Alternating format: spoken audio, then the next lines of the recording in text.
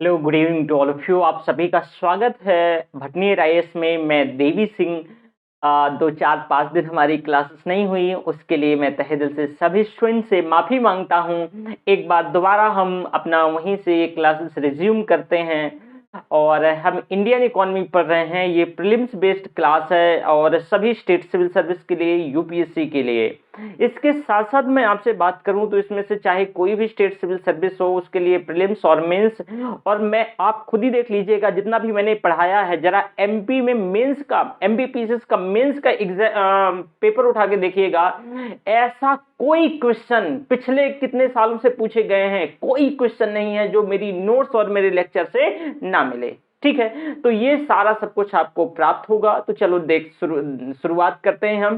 देखो, हमारा ये जो कोर्स है बहुत रीजनेबल प्राइस है, 750 रुपया का ये कोर्स है कंप्लीट। इसमें से कंप्लीट वीडियो, पीडीएफ, टेस्ट, ये सारी चीजें प्राप्त होंगी। गूगल प्ले स्टोर से हमारा ये जो भटनेर आईएएस का ऐप है, इसे डाउनलोड कर लेना है। इसमें से कंप्लीट चीजें प्राप्त होंगी। ओके, तो चलो हम शुरुआत करते हैं। देखो, इससे पहले मैं एक चीज यहाँ पे आपके साथ डिस्कस करना चाहूंगा। हम फिस्कल सिस्टम पढ़ रहे थे। फिस्कल सिस्टम में हम बहुत सारी चीजें पढ़ चुके थे। जैसे कि लास्ट में हम, जो हमारा लास्ट लेक्चर था, जहां तक मुझे याद आ रहा है, हम फिस्कल रिस्पॉन्सिबिलिटी यानी एफआरबीएम, बजट मैनेजमेंट, हम एफआरबीएम के अंतर्गत एफआरबीएम ये सब पढ़ रहे थे, है ना। तो जैसे कि हमने यहाँ 1 मिनट थोड़ा सा मैं आपको यहाँ बता दूं, केंद्रीय बजट के बारे में तो ऑलरेडी मैं पढ़ाऊंगा। प्राप्तियों के बारे में मैंने डिटेल से समझाया था आपको। राजस्व प्राप्तियां बताई थी। राजस्व प्राप्तियों के साथ साथ मैंने आपको पूंजी प्राप्तियां बताई थी, बहुत डिटेल में बताया था। इसके साथ साथ मैं आपको पूंजी व्यय भी बताया था। इसके साथ इसमें से हमने केंद्रीय राजस्व और व्यय के बारे में डिटेल से समझा था। और जो हमारा ये क्लास यानी डेफिसिट फाइनेंसिंग भी हमने लास्ट क्लासेस में पढ़ लिया था। और आज की क्लास में, जैसे कि मैंने आपको बताया, fiscal responsibility budget management act यानी एफआरबीएम एक्ट 2003 को डिटेल में समझा था। राजकोषीय उत्तरदायी बजट प्रबंधन एक्ट 2003, इसको बहुत डिटेल में हमने लास्ट क्लासेस में पढ़ा था।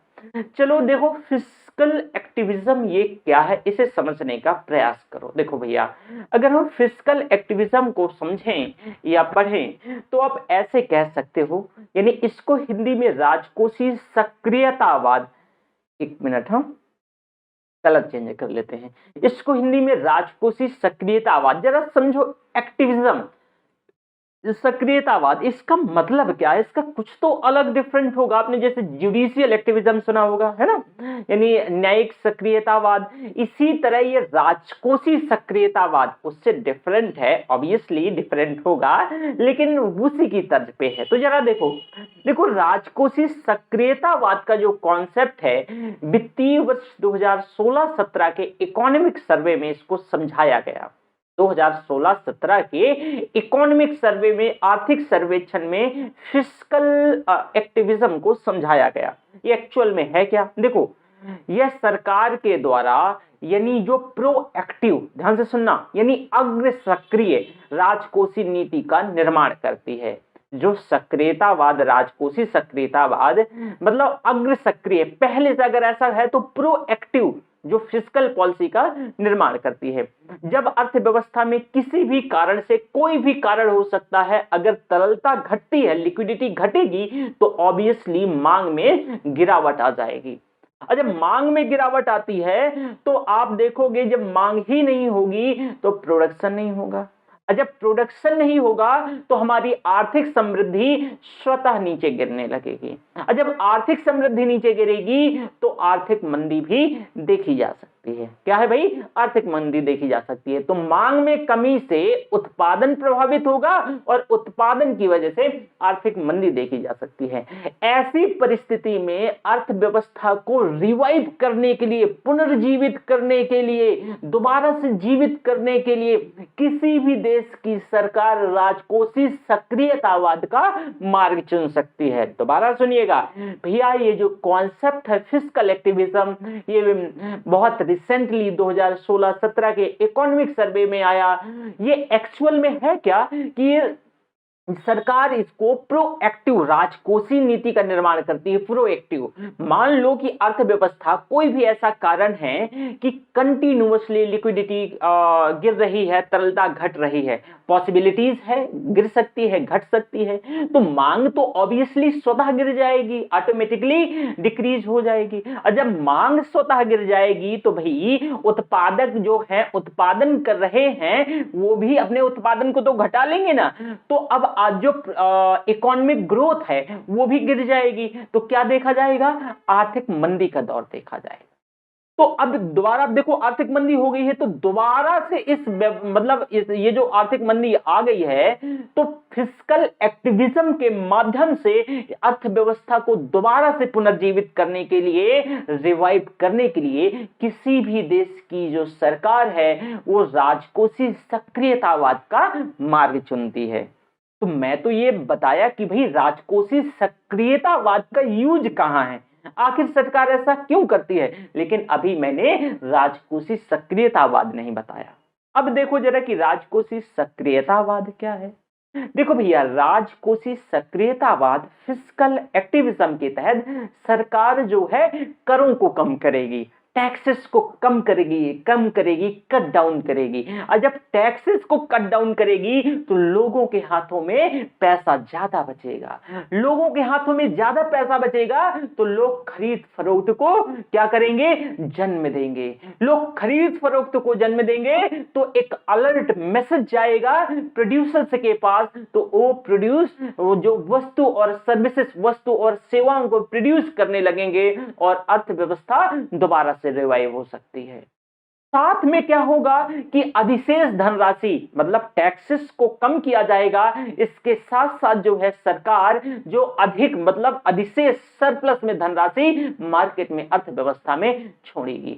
इससे उपभोग बढ़ेगा, कंजम्पशन बढ़ेगा, सरकार अप्रत्यक्ष करों को भी कम करेगी, ऑब्वियसली गुड्स एंड सर्विसेज जो टैक्स है इसको कम कर देगी। तो आप बताओ कि अगर मान लो कि जैसे आप हमारे साथ 750 रुपए का क्या है कि हमारा ये कोर्स खरीद रहे हो, अब मान लो कि हम जैसे सर्विसेज है, ये हम सर्विसेज बेच रहे हैं आपको, हम जीएसटी देते हैं, तो इसमें अगर मान लो कि सरकार कह दे कि भैया इसमें जीएसटी से जो ये सर्विसेज एजुकेशनल सर्विसेज पूरी फ्री है, कोई जीएसटी नहीं लगेगी, तो यही कोर्स हम क्या करेंगे, आपको सस्ते में हो सकता है 650 में उपलब्ध करवा दें। अब सस्ते में उपलब्ध करवा देंगे तो क्या होगा भाई, जो बच्चा पैसे का हर्डल्स था और ज्यादा से ज्यादा बच्चे खरीद सकेंगे, ज्यादा से ज्यादा बच्चे खरीद सकेंगे, क्योंकि ये कोर्स पहले की अपेक्षा और सस्ता हो गया। अर्थात मतलब ये कि अगर गुड्स ऑन सर्विसेज जो टैक्स है, जीएसटी है, अगर जीएसटी अप्रत्यक्ष कर कम होते हैं तो इससे क्या होगा, वस्तु और सेवा सस्ती हो सकती है, और जब वस्तु और सेवा सस्ती होगी तो उपभोग क्या होगा, आकर्षक हो जाता है। इसके साथ ही और सरकार क्या कर सकती है, लोक व्यय या लोक व्यय, जो सरकार के द्वारा जो किए जाने वाले व्यय को लोक व्यय कहते हैं, तो लोक व्यय को बढ़ा देगी सरकार। जैसे मनरेगा जैसी बहुत सारी पॉलिसी लॉन्च कर देगी, बहुत सारी योजनाएं लॉन्च कर देगी, और जो लोक व्यय है, जो पब्लिक एक्सपेंडिचर है, उसको बढ़ा देगी। तो भाई अब सबको मनरेगा के अंतर्गत काम मिलने लगेगा, जो व्यक्ति बैठे हुए हैं, बेरोजगार हैं, तो ऑब्वियसली कि वह अपनी मांग को जन्म देंगे, पैसा आएगा तो अपनी जरूरतों को पूरा करेंगे, तो मांग को जन्म देंगे। जब मांग को जन्म देंगे तो जो पहले स्थिति आर्थिक मंदी की बन गई थी, वो स्थिति आर्थिक मंदी से उबर करके वो दोबारा से रिवाइव हो सकती है। क्या हो सकता है भाई, दोबारा से रिवाइव हो सकता है। यह व्यय जो है कल्याणकारी योजनाओं, विकास गतिविधियों के तौर पे जो है लोक व्यय ये हो सकता है। यह अर्थव्यवस्था में और अधिक तरलता लाएगा और लिक्विडिटी बढ़ाएगा, और राजकोषीय सक्रियतावाद जो है अर्थव्यवस्था को पुनर्जीवित करने में, रिवाइव करने में हेल्प करेगी। और इसके कुछ नकारात्मक परिणाम भी हो सकते हैं। सकारात्मक परिणाम तो देखिए भाई, फिस्कल एक्टिविज्म की बेल बहुत अच्छा है। एक बार अर्थव्यवस्था हमारी गिर रही है तो आप क्या कर दो, एक असिस्ट प्रोवाइड कर दो, ताकि हमारी अर्थव्यवस्था प्रोएक्टिव, यही तो प्रोएक्टिव पॉलिसी है कि आप क्या कर दो, पहले से एक्टिव हो जाओ और अर्थव्यवस्था गिरने ना पाए दोबारा से रिवाइव कर दो। लेकिन हर एक चीज के अगर पॉजिटिव मतलब इम्पैक्ट होते हैं तो नेगेटिव इम्पैक्ट भी देखने को मिलते हैं। नकारात्मक परिणाम क्या होंगे? सरकारी खर्च में बढ़ोतरी हो जाएगी। ऑब्वियसली आप ज्यादा आधा दिन पैसा खर्च करोगे तो सरकारी खर्च बढ़ेगा कि नहीं बढ़ेगा? तो सरकारी खर्च में भी बढ़ोतरी हो जाएगी। कर संग्रह में भी गिरावट आ जाएगी। तो आप बताइए कि सरकारी खर्चा पहले से अपेक्षा बढ़ गया और कर संग्रह कम हो गया, क्यों? क्योंकि आपने टैक्सेस को कट डाउन कर दिया। तो राजकोषीय घाटा क्या हो जाएगा? वृद्धि हो जाएगी भैया, राजकोषीय घाटा। जो मैंने फिस्कल डिफिसिट पिछले लेक्चर में बताया था, इसमें वृद्धि होगी फिस्कल डिफिसिट्स में, जिससे सरकार की उधारी बढ़ेगी। सरकार की उधारी बढ़ेगी तो सरकार के ऊपर ऋण भी बढ़ेगा, सरकार ऋण में भी बढ़ोतरी होगी, ब्याज की अदायगी में भी वृद्धि होगी, जिसकी वजह से राजस्व घाटा भी बढ़ेगा। इसके कारण सरकार के पास विकास संबंधी गतिविधियों के लिए धन की भी आगे आने वाले वर्षों में कमी पड़ सकती है। आगे आने वाले, क्योंकि कंटिन्यूअसली सरकार, आपने देखो रिवाइव करने के लिए, ठीक है रिवाइव तो कर दिया सरकार ने, लेकिन भैया एक लॉन्ग टाइम तक सर्वाइव नहीं कर सकेगी ना, क्योंकि खर्च बढ़ रहे हैं, टैक्सेस कम हो रहे हैं, तो सरकार का जो एक्चुअल में जो रिसीट है, प्राप्तियां, वो कम हो रही है, तो कहां से पैसा लेके आएगी? सरकार हम ही से तो पैसा लेती है ना, हम ही टैक्सेस देते हैं, हम टैक्स पेयर हैं, तो टैक्सेस चाहे इनडायरेक्ट टैक्सेस हो चाहे डायरेक्ट टैक्सेस, हर एक व्यक्ति टैक्सेस देता है, हर एक व्यक्ति टैक्सेस देता है। मतलब कोई भी व्यक्ति टैक्सेस से अछूता नहीं है, कोई भी व्यक्ति टैक्सेस से अछूता नहीं है। जब मैं आपको टैक्सेस बताऊंगा तो मैं सबसे बताऊंगा कि जो टैक्सेस है, खासकर इनडायरेक्ट टैक्सेस जैसे गुड्स एंड सर्विसेज टैक्स, सबसे ज्यादा जो है भिखारी देता है। वो कैसे देता है मैं आगे आपको बताऊंगा। एक बार यूकेपीएससी यानी उत्तराखंड में एक क्वेश्चन ऐसे पूछा गया था, और मैं उसमें से प्रोग्रेसिव और रिग्रेसिव के बारे में बात करूंगा जब टैक्सेस को हम डिटेल से समझने की कोशिश करें, ठीक है। तो आपने यहां तक देखा कि भाई ऐसे ऐसे नेगेटिव इंपैक्ट भी हो सकते हैं। अब इसे यह कहा जा सकता है कि विकसित देशों में चूंकि मांग स्टेबल है, जो विकसित डेवलप्ड कंट्री है वहां मांग स्टेबल है, भाई वहां की जो अर्थव्यवस्था है वो स्टेबलाइज्ड हो चुकी है, वो एक तरीके से आप ये कह सकते सैचुरेट हो चुकी है। तो आर्थिक मंदी को रोकने के लिए राजकोषीय सक्रियतावाद को एक उपकरण के तौर पे वहां प्रयोग किया जा सकता है। जबकि भारत जैसे देशों में जो कि विकासशील हमारा जो नेचर है, हमारा डेवलपिंग नेचर है, जिनके पास विकास जो है घरेलू बाजार, मान लो कि जिनके पास एक विशाल घरेलू बाजार है, तो प्राकृतिक मांग जो है प्राकृतिक तौर से ही उपस्थित रहती है। हमें मांग को जन्म देने की जरूरत ही नहीं है, क्योंकि हमारी इतना विशाल मार्केट है, तो जो मांग है, जो डिमांड है, वो ऑटोमेटिकली रहती है। तो किसी भी जो अल्पकालिक मंदी के लिए राजकोषीय सक्रियतावाद उचित नहीं है, ठीक है। तो अगर शॉर्ट टर्म का डिक्लाइन देखा जा रहा है तो आप इसे शॉर्ट टर्म के लिए फिस्कल एक्टिविज्म मत यूज करिए। तो उम्मीद करता हूं कि फिस्कल एक्टिविज्म को आपने डिटेल से समझ लिया, डिटेल से देख लिया है। अब समझा कि फिस्कल एक्टिविज्म क्या है?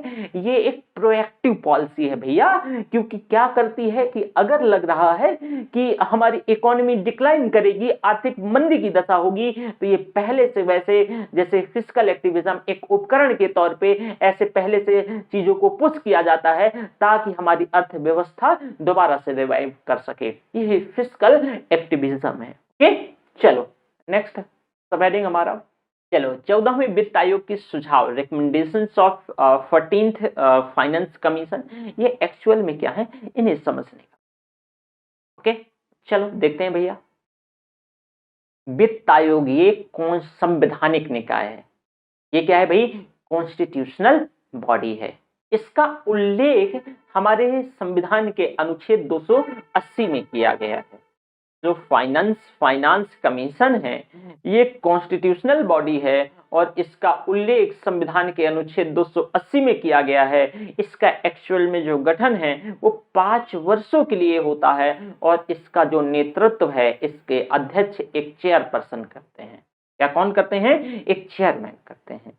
14वें वित्त आयोग का जो नेतृत्व है आरबीआई के पूर्व गवर्नर, ध्यान से सुनना, आरबीआई के पूर्व गवर्नर थे वाईवी रेड्डी ने किया था।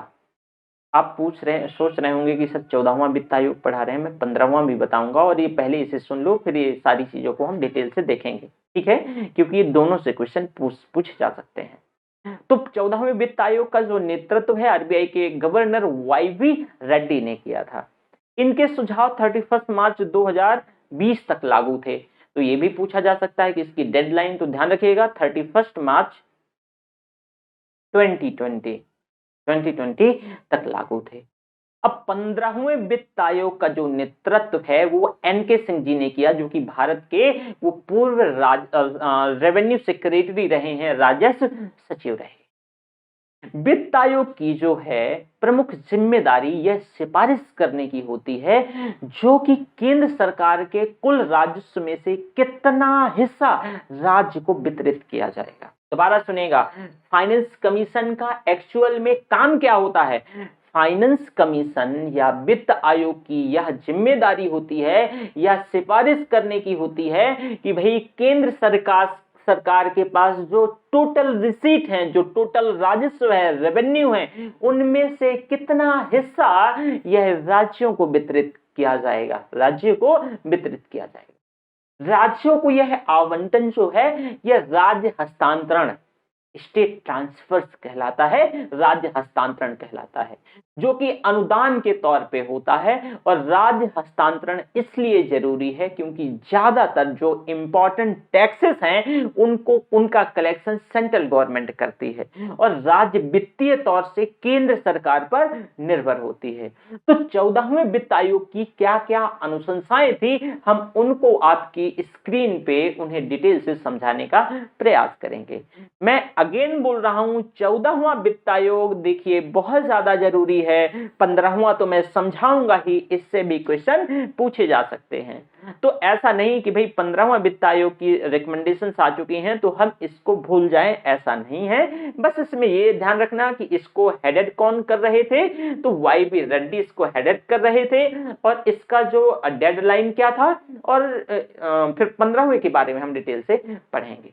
तो इसमें से क्या क्या जो 14वें वित्त आयोग के रिकमेंडेशंस क्या क्या थे इनको देख लो। बस मैंने एक चीज और बताया कि भाई वित्त आयोग की जो रिस्पॉन्सिबिलिटी, जो इसकी जिम्मेदारी क्या होती है, बहुत सिंपल है कि केंद्र के कुल राजस्व, कुल रेवेन्यू का एक निश्चित हिस्सा राज्यों को दिया जाना चाहिए, ठीक है, और यही राज्यों का राज्य हस्तांतरण कहलाता है, जो कि मैंने डिटेल से बताया।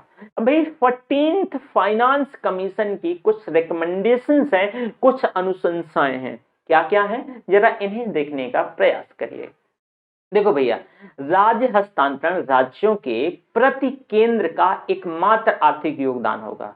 राज्य हस्तांतरण जो है राज्यों के प्रति केंद्र का एकमात्र आर्थिक योगदान होगा, एकमात्र आर्थिक योगदान होगा, जो कि केंद्र को विभिन्न राज्यों में जारी केंद्र प्रायोजित कल्याणकारी योजनाएं एक सेंट्रल स्पॉन्सर्ड होती हैं और एक सेंट्रल, देखो दो प्रकार की योजनाएं होती हैं, एक सेंट्रल स्पॉन्सर्ड और एक सेंट्रली सेक्टर्ड योजनाएं। जब मैं आपको स्कीम्स पढ़ाऊंगा तो वहां बताऊंगा कि भाई सेंट्रल स्पॉन्सर्ड क्या है और सेंट्रली सेक्टर्स योजनाएं क्या है।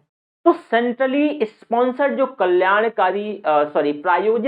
केंद्र प्रायोजित कल्याणकारी योजनाओं में अपनी हिस्सेदारी धीरे धीरे वापस लेना है। अगेन सुनिएगा, 14th कमीशन का रिकमेंडेशन था कि भाई राज्य जो है, राज्य हस्तांतरण राज्यों के प्रति केंद्र का एकमात्र आर्थिक योगदान होगा, लेकिन केंद्र जो है पैसा राज्यों के जो यानी सेंट्रल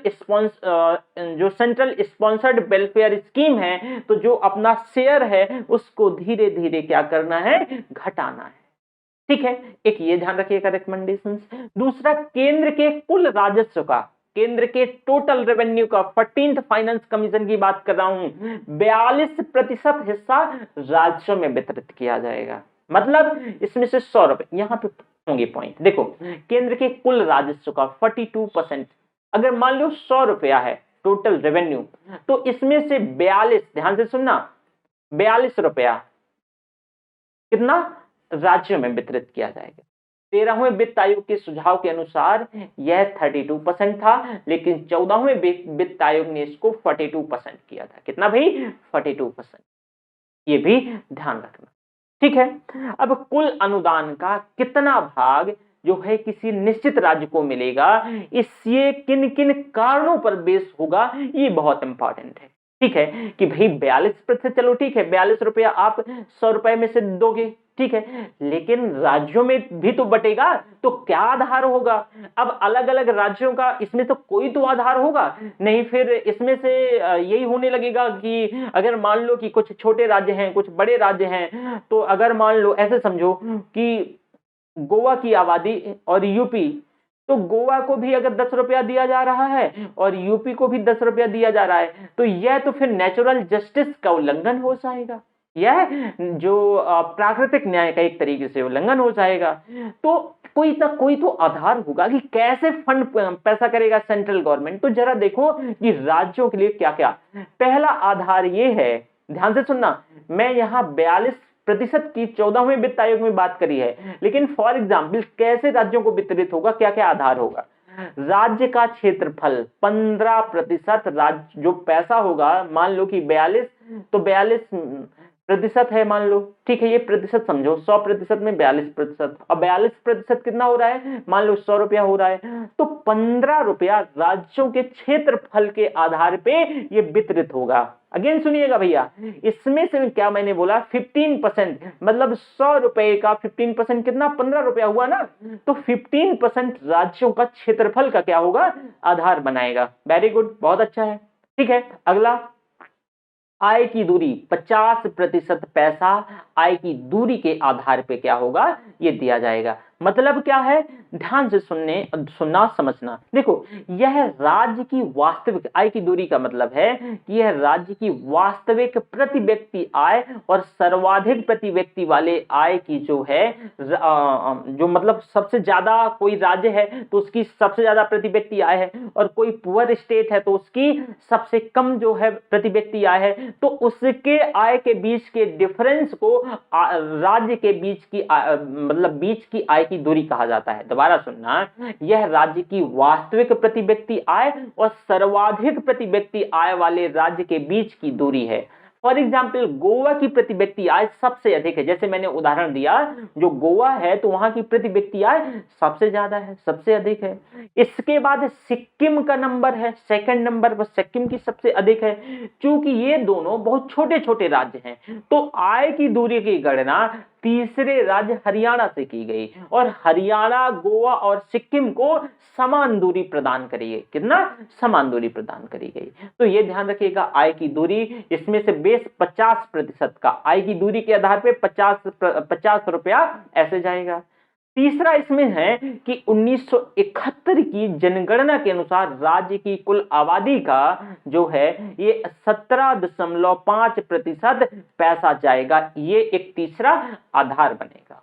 मैं आपको बताऊंगा, और इसका जैसे कि अगला 15वें वित्त आयोग में कुछ चीजें, मतलब उसमें से क्या कहा, 15वें वित्त आयोग में जब मैं समझाऊंगा, आगे पढ़ाऊंगा, तो उसमें एक इशू बन के आया था कि 1971 का तो ठीक है भाई कि आप इसकी जनगणना आबादी का आधार ले रहे हो, वेल एंड गुड, लेकिन अगर आप 2011 की आबादी को आधार बनाओगे तो एक इशू खड़ा हो जाएगा। क्या, कौन जो स्टेट हैं विरोध करेंगे, साउथ इंडियन स्टेट जो हैं वो विरोध करेंगे। For example Kerala, for example Karnataka, for example Tamil Nadu. क्यों भैया, इन लोगों ने, देखो यहाँ सबसे ज्यादा जो परिवार नियोजन है, फैमिली प्लानिंग है, सबसे ज्यादा इसका पालन किया गया है। लेकिन जो उत्तर भारत में, खासकर बिहार, यूपी, राजस्थान, एमपी, यहाँ पे जो जनसंख्या है बहुत ज्यादा रैपिडली बढ़ी है, तो ये कहेंगे कि भैया हमने तो फैमिली प्लानिंग करी और हमें प्रोत्साहन की बजाय आप क्या कर रहे हो, हमें तो दंड दे रहे हो, हमें दंड दे रहे हो। तो इससे क्या होगा कि राज्य जो है, जो जनसंख्या मान लो हमें कम करना था, उसको एक तरीके से हतोत्साहित हो जाएंगे। क्यों, क्योंकि अगर मान लो जनसंख्या का आधार 2011 बनाया जाएगा तो ऑब्वियसली हतोत्साहित हो जाएंगे, कहेंगे कि भाई हमने तो अपने आप पे कमांड किया है और हमारे संसाधनों को आप दूसरी जगह क्या कर रहे हो, ट्रांसफर कर रहे हो। तो एक बड़ा मुद्दा बन के आया था। जब मैं 15वां वित्त आयोग पढ़ाऊंगा तो वहां डिटेल से समझाऊंगा, लेकिन ये ध्यान रखिएगा, जो थर्ड पॉइंट मैंने इसमें से बताया कि भाई 1971 की जनगणना के अनुसार जो है ये 17.5, कितना, 17.5 ये आधार रहेगा। ठीक है, तो ये आपने देखा तीसरा पॉइंट।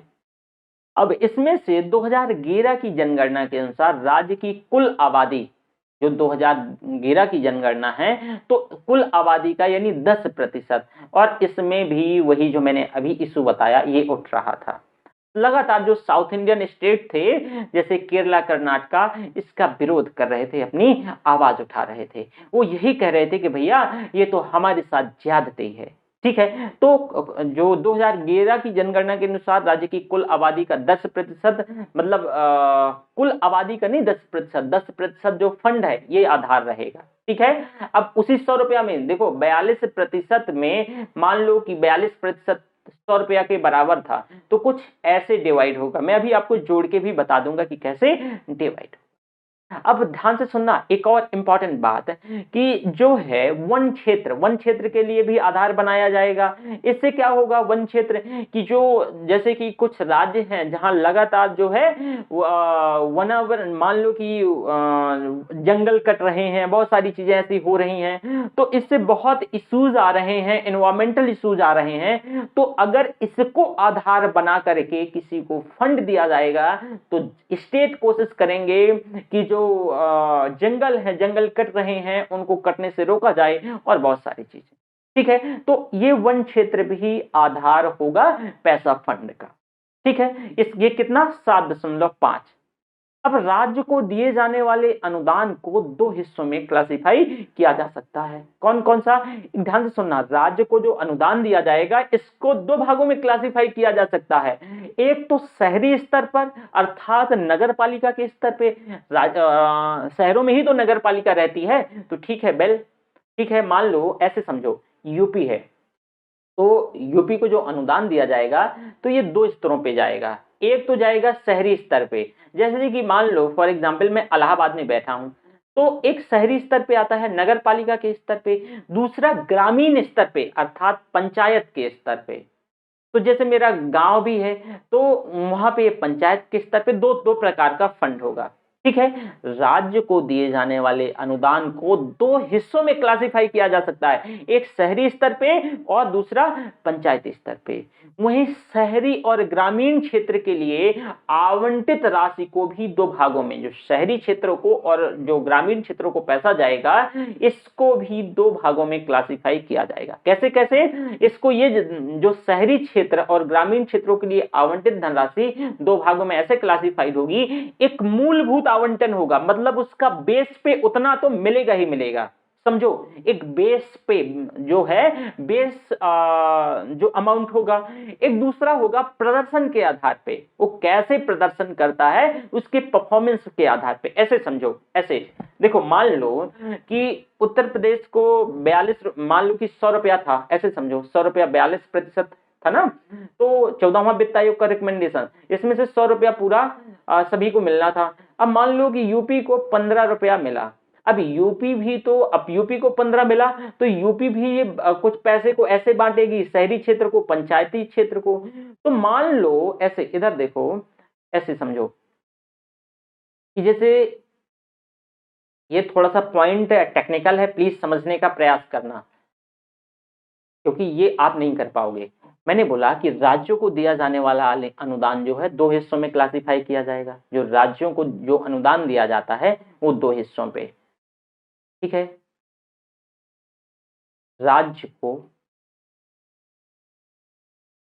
दिया जाने वाला अनुदान दो हिस्सों पे, एक शहरी स्तर पे, शहरी अर्थात नगर पालिका, दूसरा ग्रामीण स्तर अर्थात ग्राम पंचायत, ग्रामीण स्तर पे। ठीक है, कोई बात नहीं है।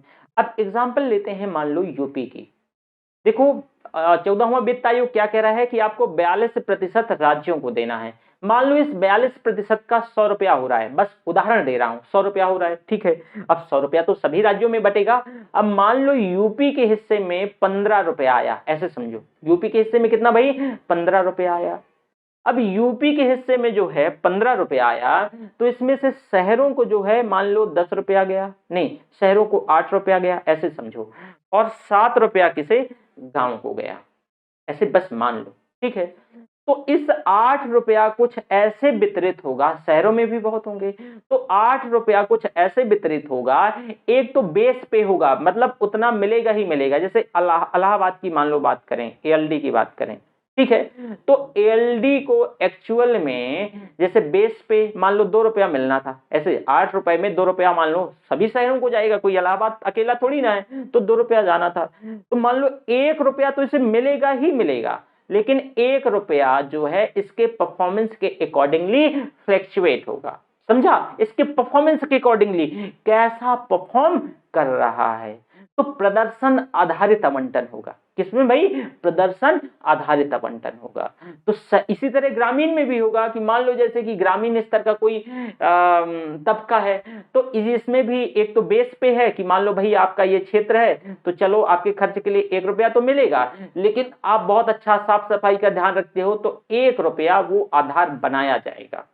ठीक है, मतलब जैसे कि आप देखे होंगे कि कई सालों से 3-4-5 सालों से जो इंदौर है साफ सफाई के मामले में बहुत अच्छा प्रदर्शन कर रहा है, तो बहुत सारे इंडेक्सेशन होते हैं, बहुत सारे प्रदर्शन सूचकांक होते हैं, उनके आधार पे पैसा क्या है परफॉर्म किया जाता है।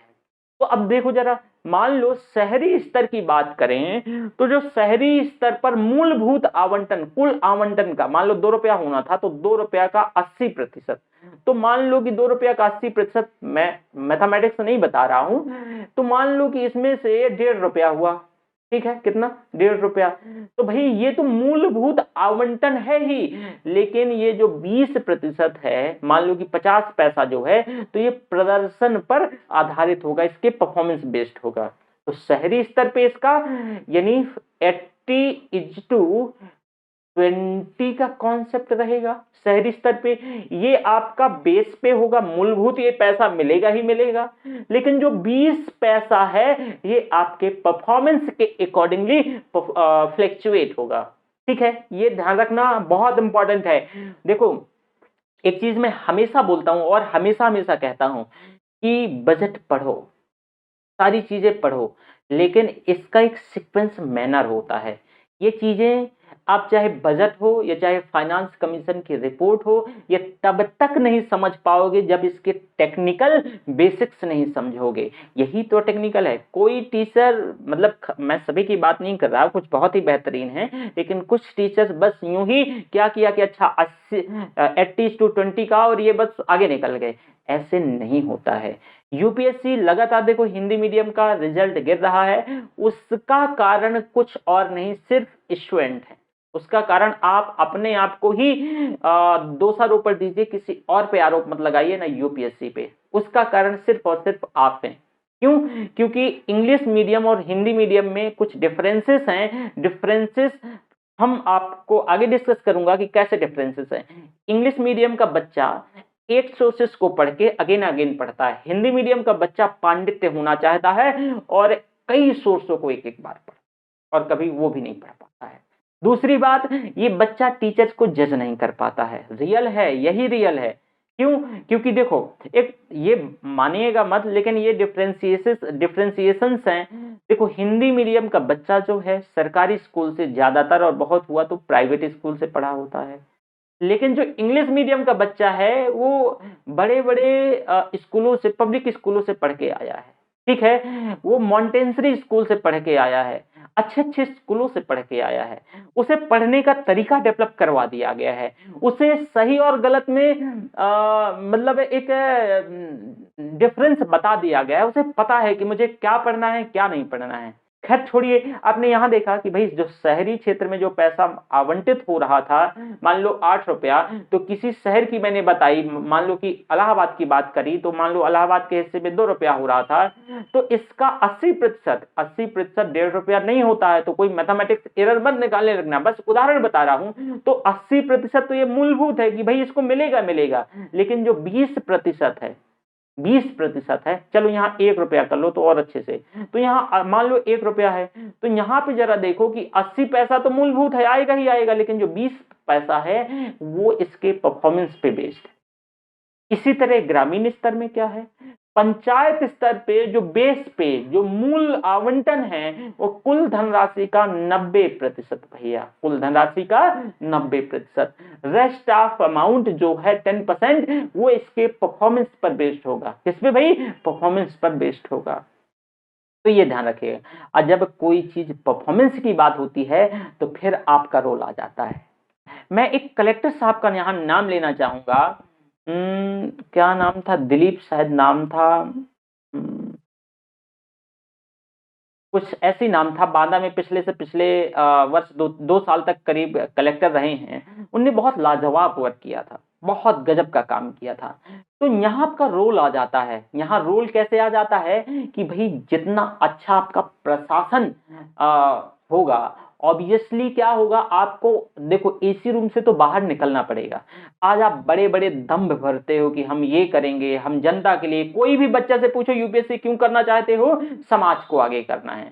इस समाज को कम, और फिर वही जाते जाते चीजें बदल जाती हैं कि समाज तो ठीक है, टर्सरी सेकेंडरी हो गया, और पहले आप अपने आप को कभी एसी रूम से बाहर नहीं निकालते हो। तो ये जरूरत है अफसरशाही। इसीलिए तो कहा जाता है अफसरशाही पे, हमारे यहाँ जो रेड टेपिज्म, लाल फीताशाही, अफसरशाही, ये एक समस्या है। एक बार सिलेक्ट हो गए तो फिर तो कोई नहीं, जीवन भर बल्ले बल्ले। तभी तो इसी के चलते तो देखो यहाँ कोई ना, अब वो गांधीज्म बहुत ही कम लोगों पे बचा है, बहुत ही कम लोगों पे कि वाकई में वो कंस्ट्रक्टिव डेवलपमेंट करना चाहते हैं। बल्कि यहाँ ज्यादातर लोग क्या है, वो सेल्फ डेवलपमेंट करना चाहते हैं। बड़े बड़े मैंने देखा है आईआईटीएंस जिनका करोड़ों रुपए का पैकेज था, वो वहां छोड़ के आए हैं और यहाँ पे क्या कर रहे हैं इन चीजों को। तो चलो ठीक है, कुछ लोगों का वाकई में पैशन है, लेकिन आप जैसे ही बन जाते हैं तो फिर अपने एसी रूम से बाहर नहीं निकलते हैं, और फिर जनता का तो वही चल ही रहा होता है जैसा जो कुछ भी है। तो यहाँ पे जो परफॉर्मेंस वाला इंडेक्स है, ये totally depends on you. You मतलब कि जब आप व्हेन यू सेलेक्टेड, जब आप सेलेक्ट हो जाओगे तभी। जब आप मान लो कि फॉर एग्जांपल आप इलाहाबाद के कलेक्टर हो, आप बीकानेर के कलेक्टर हो, आप मान लो भोपाल के कलेक्टर हो, तो ये अब वहां साफ सफाई ये सब आप ही को तो प्रशासन के अंदर ही तो आता है, सारा सब कुछ आप ही को तो देखना है। अगर मान लो कि नगर पालिका अच्छा वर्क कर रही है, सारा अच्छा परफॉर्म कर रही है, तो ऑब्वियसली कि 20% पैसा आपको एक्स्ट्रा मिलेगा। और जो 20% पैसा आप अगेन उसमें क्या है, अपने शहर को ज्यादा पैसा डेवलप करने के लिए लगा सकते हो। तो आपका रोल आ गया डायरेक्टली कि नहीं आ गया? बिल्कुल, यहां आपका रोल डायरेक्टली आ गया। ठीक है, तो ये बहुत ज्यादा मैटर करता है कि आप कितना अपने देश को दे सकते हो। ओके, चलो अब वित्त आयोग ने सुझाव दिया, यही 14वें वित्त आयोग ने, कि जो नियोजित यानी प्लांट और जो गैर नियोजित नॉन प्लांट, ठीक है, ये जो गणना है इसको समाप्त कर दिया जाए। इसीलिए मैं जब आपको बता रहा था कि भाई 17-18 का जो बजट आता 18-19 का, तो उसमें से क्या है 17-18 का सॉरी, कि उसमें से प्लांट और नॉन प्लांट जो एक्सपेंडिचर थे उनको समाप्त कर दिया गया। ये 14वें वित्त आयोग ने रिकमेंडेशंस दी थी, और यह भी अनुशंसा की है कि जो प्रभावी घाटा है उस घाटे की भी गणना समाप्त करी जाए। प्रभावी घाटा ऑलरेडी पढ़ा चुका हूं, इसे नहीं पढ़ाऊंगा। और इसने ये 14वें वित्त आयोग ने यह भी सुझाव दिया कि सरकारों के अधीन कार्यरत विद्युत वितरण कंपनियों के स्वास्थ्य में सुधार के उद्देश्य से उचित योजनाएं लाई जाएं। इसी आधार पे उदय स्कीम प्रारंभ करी गई। ठीक है, अब भाई जैसे कि मैंने बताया कि इसीलिए जो है जो विद्युत मतलब विद्युत वितरण कंपनियां हैं, इनके हेल्थ को सुधारने के लिए एक उदय स्कीम प्रारंभ करी गई। वित्त आयोग जो है, केंद्र का मानना था कि कुल कर प्राप्ति का 42% राज्यों में वितरित किए जाने और केंद्र प्रायोजित योजनाओं से केंद्र की वापसी से राज्यों को स्वायत्तता मिलेगी। 13वें वित्त आयोग में अगर 32% था, अचानक से 10% बढ़ा दिया गया, तो कुछ तो किया जाएगा, नहीं तो केंद्र पे जो पैसा तो उस पे इंपैक्ट पड़ेगा। तो क्या करेगी केंद्र सरकार? अपने हाथ खींचेगी जो सेंट्रली स्पॉन्सर्ड योजनाएं होती हैं, और साथ ही कुल आवंटन के कुछ हिस्से को प्रदर्शन परफॉर्मेंस बेस्ड बनाए जाने पर राज्यों पर धन को न्यायसंगत तरीके से उपयोग करने का दबाव भी बनेगा। इससे राज्यों में प्रतिस्पर्धा उत्पन्न होगी, जो कि प्रतिस्पर्धात्मक संघवाद का ये क्या होगा, ये उसको मजबूत करेगा। तो इसको प्रतिस्पर्धात्मक संघवाद के से जोड़कर भी देख सकेंगे। तो आपने देखा 14वें वित्त आयोग के रिकमेंडेशन क्या क्या क्या थे। ठीक है, तो ये ध्यान रखिएगा। एक बार चलो हम वहीं पे दोबारा से चलते हैं, ये आपने देखा। ठीक है, चलो 15th कमीशन देख लो। 15वें वित्त आयोग की मतलब आयोग की संदर्भ की शर्तें, 15वें वित्त आयोग की संदर्भ की शर्तें यानी terms of reference of the 15th finance commission. वही आपको बताया कि संविधान के अनुच्छेद 280 में फाइनेंस कमीशन का प्रावधान है, जो कि एक कॉन्स्टिट्यूशनल बॉडी है। और जो वित्त आयोग है, केंद्र और राज्य के बीच जो वित्तीय संबंधों की भूमिका निभाता है। यह सजेशन देता है कि राज्यों को कितना पैसा जो केंद्र के कुल रेवेन्यू से जाना चाहिए। प्रथम वित्त आयोग का गठन 1951 में हुआ था और 15वें वित्त आयोग का जो गठन है वो NK सिंह जी की अध्यक्षता में हुआ था। इनकी कुछ शर्तें हैं, इनकी शर्तों को आप जैसे कि 14वें वित्त आयोग को मैंने बताया वैसे देख लो। अब भाई इस क्या क्या शर्तें हैं, इससे सरकार के राजस्व प्राप्तियों की समीक्षा करनी थी। 15वें वित्त आयोग की जो शर्तें हैं कि भाई इससे जो है ना सरकार के राजस्व रेवेन्यू यानी प्राप्तियों की समीक्षा करनी थी। ठीक है, इसे सरकार के व्ययों यानी एक्सपेंडिचर की समीक्षा करनी थी। साथ में जो रिसीट्स और एक्सपेंडिचर की समीक्षा के माध्यम से फिस्कल कंसोलिडेशन का एक रोड मैप तैयार करना था। फिस्कल कंसोलिडेशन का एक रोड मैप तैयार करना था, राजकोषीय सुदृढ़ीकरण का। सभी राज्यों और केंद्र के जीडीपी की तुलना में कुल ऋण की समीक्षा कर इसे कम करने के लिए भी रोड मैप तैयार करना था, जो कि टोटल सेंट्रल का 60% लेके आना था, जिसमें से सेंट्रल का 40% से ज्यादा ना हो और स्टेट का 20% से ज्यादा ना हो। मैंने बताया था केंद्र की जो कुल राजस्व प्राप्तियों के 42% राज्य हस्तांतरण की समीक्षा भी की जानी थी, जो कि 14वें वित्त आयोग में 42% हस्तांतरण था ना, तो उसकी भी समीक्षा की जानी थी। कुछ राज्यों को केंद्र के द्वारा राजस्व घाटा अनुदान दिया जाता है, इसकी भी समीक्षा की जानी थी और यह भी होना चाहिए या नहीं, इसमें से पूरी प्रॉपर मतलब एक स्टडी होनी थी। जीएसटी के प्रभाव की समीक्षा की जानी थी कि जीएसटी का एक्चुअल में इम्पैक्ट क्या है, यहां तक कि राज्यों के राजस्व क्षतिपूर्ति की प्रक्रिया की भी समीक्षा की जानी थी। वहीं संविधान के अनुच्छेद 293(3) के अनुसार यदि एक राज्य ने केंद्र से लेकर के ऋण ले रखा है, कोई राज्य, संविधान का अनुच्छेद 293 क्लॉज 3 कहता है कि यदि राज्य केंद्र से ऋण लेके रखा है और इसकी अदायगी अभी भी बाकी है, उसकी अदायगी नहीं करी है, तो ऐसी स्थिति में उसको नया ऋण लेने के लिए उस राज्य को केंद्र से दोबारा अनुमति लेनी होगी, अन्यथा उसको पैसा नहीं मिलेगा। तो ये जो प्रावधान था, ये टर्म्स था, तो इसकी भी समीक्षा की जानी थी। ठीक है, आपदा प्रबंधन के समय केंद्र और राज्यों की हिस्सेदारी की भी समीक्षा, जब आपदा इमरजेंसी का टाइम जो डिजास्टर का टाइम होता है, तो कोई डिजास्टर्स के टाइम जो है केंद्र कितना पैसा देगी मतलब और राज्य की हिस्सेदारी क्या होगी, इसकी भी समीक्षा होनी थी।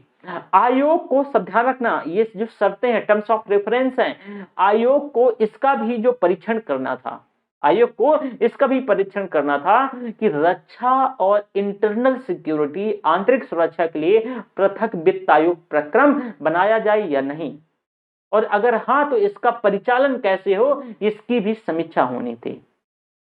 इस बात के निर्धारण किया जाना था, इस बात के लिए कि केंद्र की कुल रिसीट, कुल रेवेन्यू का कितना भाग किस राज्य को जाएगा। 2011 की जनगणना के आंकड़ों को आधार बनाया जाए या 1971 के आंकड़ों को आधार माना जाए या नहीं, ये एक विवादास्पद प्रावधान रहा। जैसे कि मैंने आपको बताया कि भाई साउथ इंडियन जो भी स्टेट है कंटिन्यूअसली इसका विरोध कर रहे थे, उनका यही मानना था कि भाई हमें एक प्रकार जो है एक प्रकार का प्रोत्साहन होना चाहिए जो कि केंद्र सरकार द्वारा उन राज्यों को दिया जा रहा है जो जनसंख्या नियंत्रण में असफल रहे हैं। मतलब इसमें 2011 की जनगणना को बेस बना करके तो इनका ये आरोप भी था और कहीं ना कहीं वाजिब भी था। तो इन सभी चीजों की जो 15th फाइनेंस कमीशन की टर्म्स ऑफ रेफरेंस हैं, ये जो शर्तें हैं, ये शर्तें रही हैं और इन सारी चीजों को लेकर के समीक्षा करी जानी थी। तो ये तो क्या था भाई, टर्म्स ऑफ रेफरेंस थे। 15th फाइनेंस कमीशन, ध्यान रखना, रिकमेंडेशंस ऑफ 15th कमीशन वो अलग है, टर्म्स ऑफ रेफरेंस अलग है। तो ये समीक्षा होनी थी, जितनी भी मैंने चीजें बताई, ये terms of reference of the 15th finance commission, and जो इसमें से recommendations of 15th finance commission, ये डिफरेंट चीज है। तो ये ध्यान रखना, मतलब इससे मत जो देखने लगना इसी को, ठीक है। चलो अगला देखो, 15वें वित्त आयोग के recommendations of the 15th finance commission. Actual में इसे ये क्या है, इसे समझने का प्रयास। 15वें वित्त आयोग को, मतलब जो आयोग है, तो इसको 2 रिपोर्ट प्रस्तुत करने थे, ठीक है। 15वें वित्त आयोग के जो चेयरपर्सन एनके साहब थे। पहली जो ये रिपोर्ट थी, तो पहली रिपोर्ट में वित्तीय वर्ष 2020-21 के लिए कुछ संतुतियां हैं, ध्यान रखना। 15वें वित्त आयोग को 2 रिपोर्ट सौंपना था, तो 2020-21 के लिए पहली रिपोर्ट में, 2020-21 के लिए, और जो दूसरी रिपोर्ट है 2021 से 26 के लिए रिकमेंडेशंस हैं, सिफारिशें हैं। तो 15वें वित्त आयोग ने राज्यों के लिए जो हिस्से के निर्धारण के लिए कुछ मानदंडों का प्रयोग किया है, जो राज्यों को कैसे पैसे जाएगा, जो 14वां वित्त आयोग ने। इसी तरह 15वां वित्त आयोग भी तो रिकमेंड करेगा ना।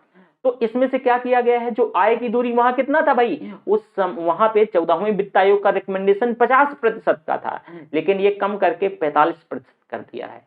मतलब आय की दूरी का आधार 45%। फॉर एग्जाम्पल ऐसे समझो, 15वां वित्त आयोग कह रहा है कि राज्यों का, देखो अभी मैं आपको बताऊंगा कि इसमें से क्या कैसे किसे पैसा जाएगा। यहाँ भी अभी जो केंद्र के कुल कर प्राप्ति में से राज्यों की हिस्सेदारी 42 में से घटा करके 2020-21 और 2021-22 से 2025-26 तक के लिए 41% की जाए, और 1% की कमी जो है वो जम्मू कश्मीर, जो मतलब नव निर्मित एक राज्य है, उसके लद्दाख के लिए संसाधन के तौर पे। तो अब यहाँ पैसा 41%, अब मान लो ये 41% 100 रुपए के बराबर है, कितना भाई, 100 रुपए के बराबर है। तो इस 100 रुपए में मान लो, ऐसे समझो, ये 41% 100 रुपए के बराबर है, तो आय की दूरी आधार बनाया जाएगा 45%, मतलब राज्यों को 45 रुपया ऐसा जाएगा आय की दूरी के आधार पे। 2011 की आबादी जो है ये 15%, इसको इनहंस कर दिया गया है। वहां कितना था भाई, 10, अब इसे 15% कर दिया गया है, ठीक है। क्षेत्रफल का आधार कितना है भाई, 15% है। वन और पारिस्थितिकी वहां 7.5% था, उसको बढ़ा करके चौथा नंबर कर लो, कितना, 10% कर दिया गया है, ध्यान रखना। जननांकी प्रदर्शन हेतु ये 12.5% कर दिया गया है, और कर प्रयासों के लिए 2.5% कर दिया गया। ये कुछ पैसा राज्यों को ऐसे जाएगा। नहीं समझ आया ना, जरा देखो मैं इसे ऐड भी जुड़वा देता हूं, तो आप थोड़ी से और अच्छी तरीके से समझ पाओगे।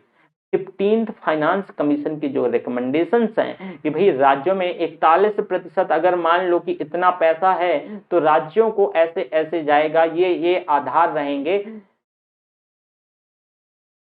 मान लो 41% जो है, 41% ये 15th फाइनेंस कमीशन की रिकमेंडेशन है, 100 रुपए के बराबर है, ठीक है। तो ऐसे जाएगा 45 रुपया आय की दूरी के आधार पे, ठीक है।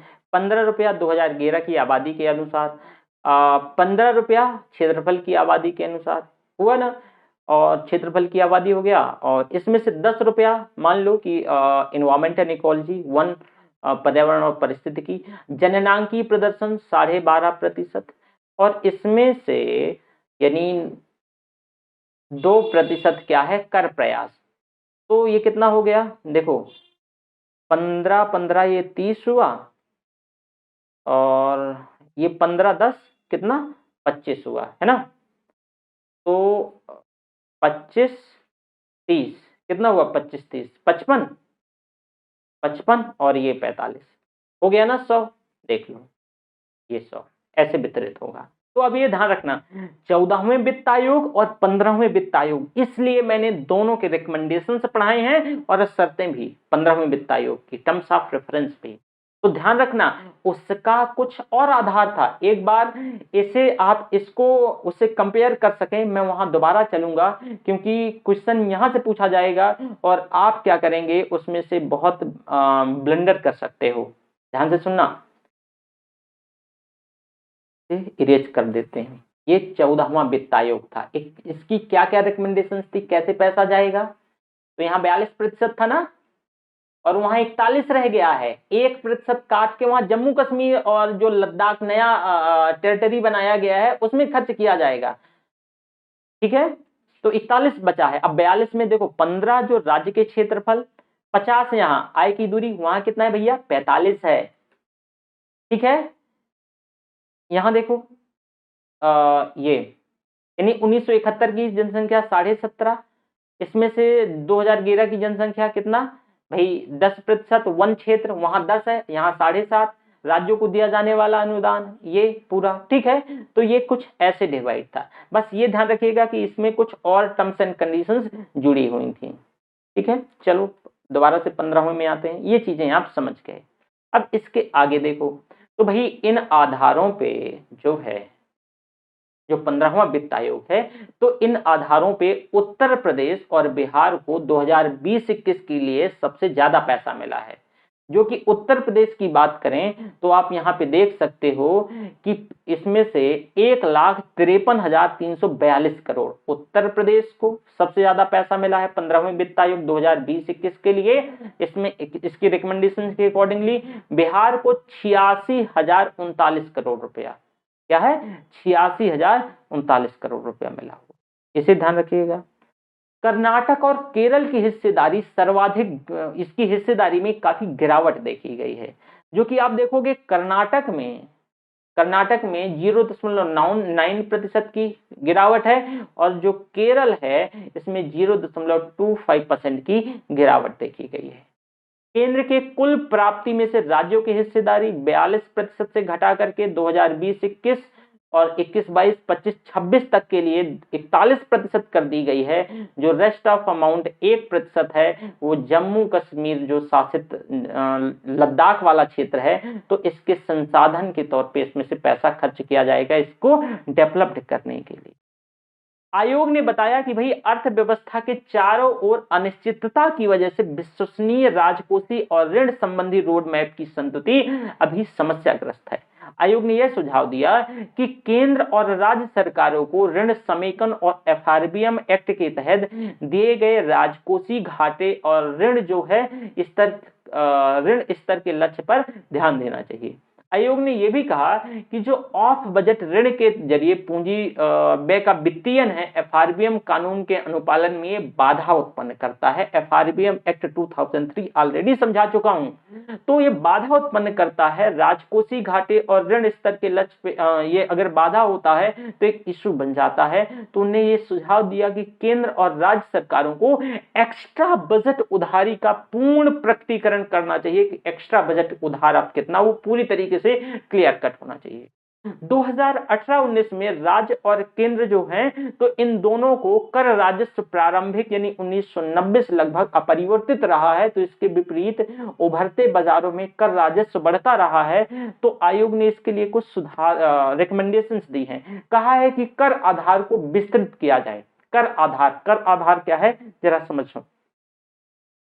इसमें से टैक्स का रेट बढ़ाने की बात नहीं है। कर आधार मान लो जैसे कि 5 लाख तक लोग, ऐसे समझो कि इसमें नहीं आ रहे हैं। 5 लाख से कम जिसकी कमाई है वो टैक्स नहीं चुकाते हैं, ऐसे समझो। ठीक है, डायरेक्ट टैक्स नहीं चुकाते हैं यानी आयकर नहीं चुकाते हैं। तो इनको आप इस लपेटे में लाओ, उन सभी व्यक्तियों को लपेटे में लाओ। इसका रेट मत इंक्रीज करो, लेकिन इन व्यक्तियों की आय बढ़ा दो ताकि ये लपेटे में आ जाएं।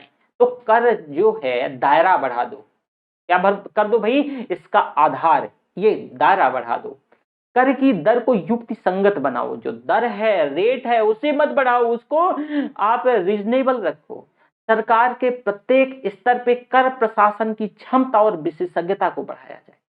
कर प्रशासन आज भी हमारे यहाँ, मैंने बताया ना, जो फीताशाही का भी मैंने आपको उदाहरण दे रहा था कि वही सिस्टम है हमारे यहाँ।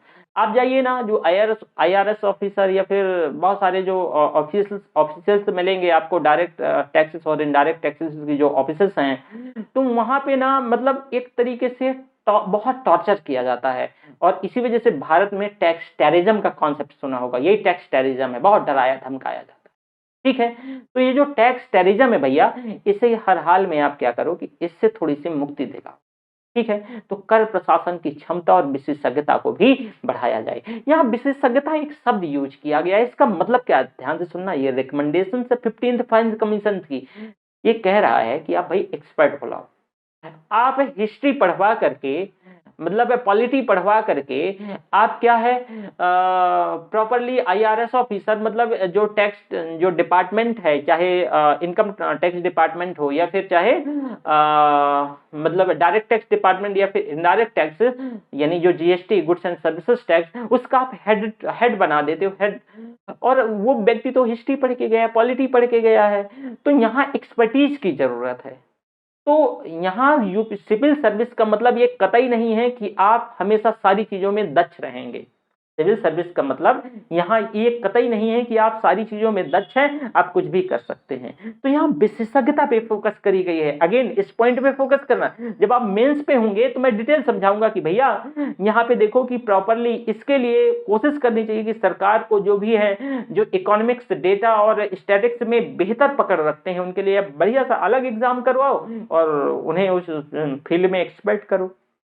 आयोग ने जीएसटी के कार्यान्वयन से संबंधित कुछ चुनौतियों को भी चिन्हित किया। क्या क्या? कि वास्तविक पूर्वानुमान की तुलना में संग्रहण में काफी कमी है। इसका क्या कारण है भाई? संग्रहण में काफी कमी है। संग्रहण में भारी परिवर्तनशीलता भी देखी गई है।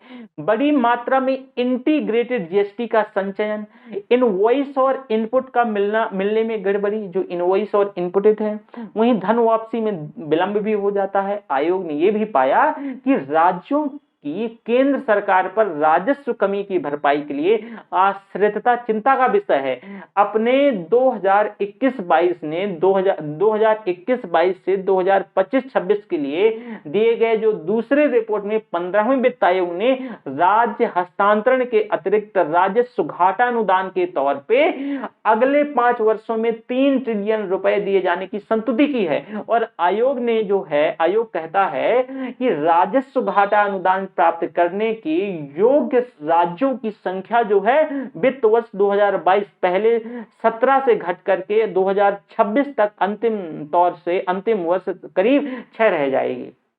रक्षा और जो इंटरनल सिक्योरिटी, इसके लिए पृथक वित्त पोषण प्रक्रम के संदर्भ में आयोग का सुझाव ये रहा कि एक विशेषज्ञ समूह बनाओ जिसमें से रक्षा मंत्रालय, गृह मंत्रालय, वित्त मंत्रालय के विशेषज्ञ शामिल हों। और आयोग ने यह भी पाया कि रक्षा मंत्रालय ने इस उद्देश्य को पूरा करने के लिए कुछ उन्हें मतलब सुझाव दिए कि एक जो है असमाप्य निधि का गठन करो, एक उपहार की उगाही, अधिशेष भूमि और जो है दूसरी संपत्तियों का मौद्रीकरण, कर मुक्त बॉन्ड रक्षा सार्वजनिक क्षेत्र उपक्रमों में विनिवेश आगमों का उपयोग जो है प्रॉपर उपयोग। विशेषज्ञ समूहों से अपेक्षा है कि वे इन प्रस्तावों की जांच करें और वैकल्पिक विधियन या प्रक्रम ये सारी चीज करें। ये सारी चीजों के बारे में प्रॉपरली बात करी गई। ठीक है, तो ये तो सारा 15th जो फाइनेंस कमीशन है उसके रिकमेंडेशंस हैं। मैं उम्मीद करता हूं कि यहाँ किसी भी बच्चे को ये जो रिकमेंडेशंस हैं इनमें कोई डाउट नहीं होगा। देखो 2018-19 में राज्यों एवं केंद्र सरकार दोनों का कर राजस्व जीडीपी का 17.5 रहा है। दोनों का कर राजस्व जीडीपी का 17.5% रहा है। आयोग ने बताया कि जो यह देश में अपेक्षित उभरते बाजारों में कर राजस्व बढ़ता रहा है, जो रेवेन्यू है वो बढ़ता रहा है, तो उसके लिए कुछ रिकमेंडेशंस दिए हैं और इसको कहा जा रहा है कि भाई इसको इंक्रीज करो, आप टैक्स जो कलेक्शन है उसको इंक्रीज करो और रीजनेबल काजेस के अकॉर्डिंगली वो आगे इंक्रीज करो। ठीक है, तो formula that's decides the states share, तो इसमें से जो फाइनेंस कमीशन और 14th कमीशन के जो वेटेज है ये ध्यान रखिएगा, बहुत इंपॉर्टेंट। ठीक है, इसमें से एक फोटो अगर लगी होगी तो मैं थोड़ा सा, इसमें से नहीं लगी है, लगाना चाहिए था, मैं आपको यहाँ पे प्रॉपर थोड़ा सा बता दूं। एक बार दोबारा हम पीछे चलते हैं क्योंकि यहाँ से क्वेश्चन मुझे लगता है पूछा जाएगा और आप गलती पक्का करेंगे। एक बार से ज्यादा आप पढ़ेंगे नहीं और खुद मैं ही बोलता हूँ, है ना, कि लेकिन ऐसी कुछ चीजें होती हैं, 2 बार हमें रिवाइज करना पड़ता है। Formula that's decide, formula that decides a state share, तो इस पे से एक तरफ weightage in 15th commission, finance commission ध्यान रखना, और यहाँ पे वेटेज 14th फाइनेंस कमीशन। ठीक है, इसमें से अगर हम बात करें तो एक तरफ 15th की लिख दो, एक तरफ इसमें से आपको 14th की। ठीक है, 2.5 से शुरू करते हैं, है ना। तो 2.5 जो है ये टैक्स इफर्ट, ध्यान से सुनना, कर प्रयास, टैक्स इफर्ट, इसमें से नहीं था 14th कमीशन में। फिर आती है बात 12.5% की, ये 15th कमीशन है, ध्यान रखना। ठीक है, 15th कमीशन है। आती है बात किसकी, थोड़ा सा अच्छे से लिख देना चाहिए, पेट इन 14th फाइनेंस कमीशन, राइट। तो 12.5% जो है ये डेमोग्राफिक परफॉर्मेंस, डेमोग्राफिक परफॉर्मेंस रखना। ठीक है, 15%, जो 15% है पॉपुलेशन, 15% पॉपुलेशन। फिर अगला 15%, ये सब प्रतिशत है, ध्यान रखना। ओके,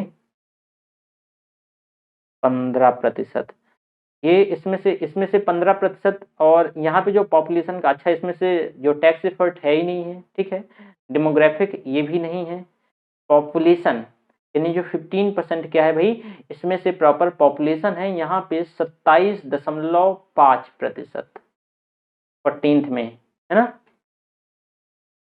पॉपुलेशन था। इसमें से 15% और जो है एरिया है, एरिया है। ठीक है, यहाँ पे 15% एरिया है, यहाँ पे पॉपुलेशन, ध्यान रखना, ये एरिया। आगे यहाँ पे थोड़ा सा देखो, जो 10% है यहाँ पे, ये जो 10% फॉरेस्ट एंड इकोलॉजी, है, यहाँ पे 7.5% था, है ना, फॉरेस्ट एंड इकोलॉजी।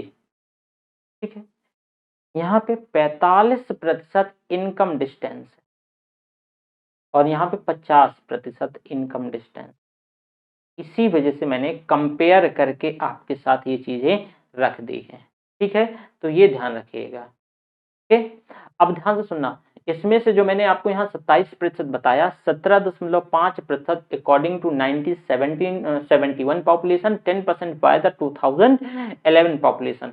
ठीक है, तो कितना हो गया, यहाँ पे देखो जरा, ये तो जाके 27%, इस वजह से मैंने इसमें पॉपुलेशन 27% है। ठीक है, state share in divisible pool की अगर हम बात करें तो ये हम कल देख लेंगे।